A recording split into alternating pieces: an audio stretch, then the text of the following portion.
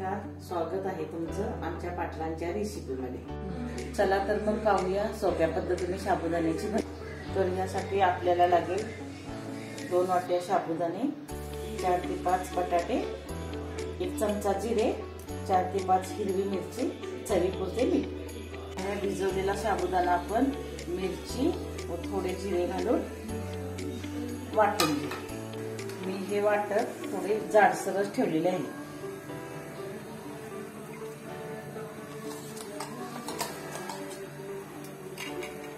आता आपल्याला हे बटाटे किसून घ्यायचे आहेत, त्यासाठी आपण सालं काढून घेऊ त्याची।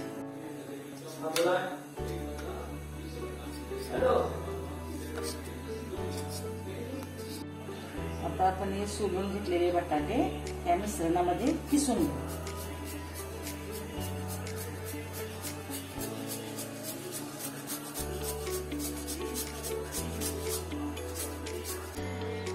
आता आपले बटाटे किसून तयार झालेले आहेत, त्यामध्ये चवीपुरते मीठ घालून घेऊ।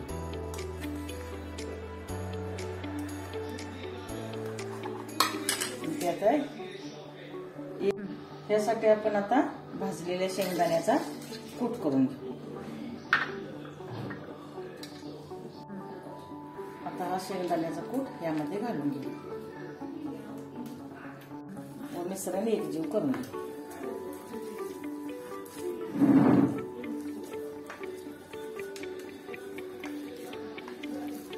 आता भाजी करून घेण्यासाठी तेल गरम करत ठेवलेलं आहे। आता आपण ही भाजी सोडून घेऊ।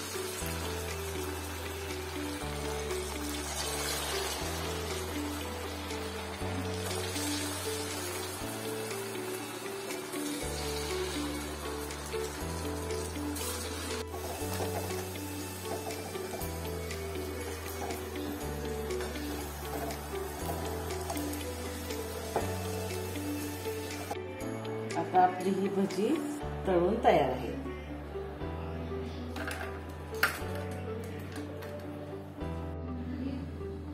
तुम्ही पाहू शकता साबुदाण्याची भजी तयार आहे।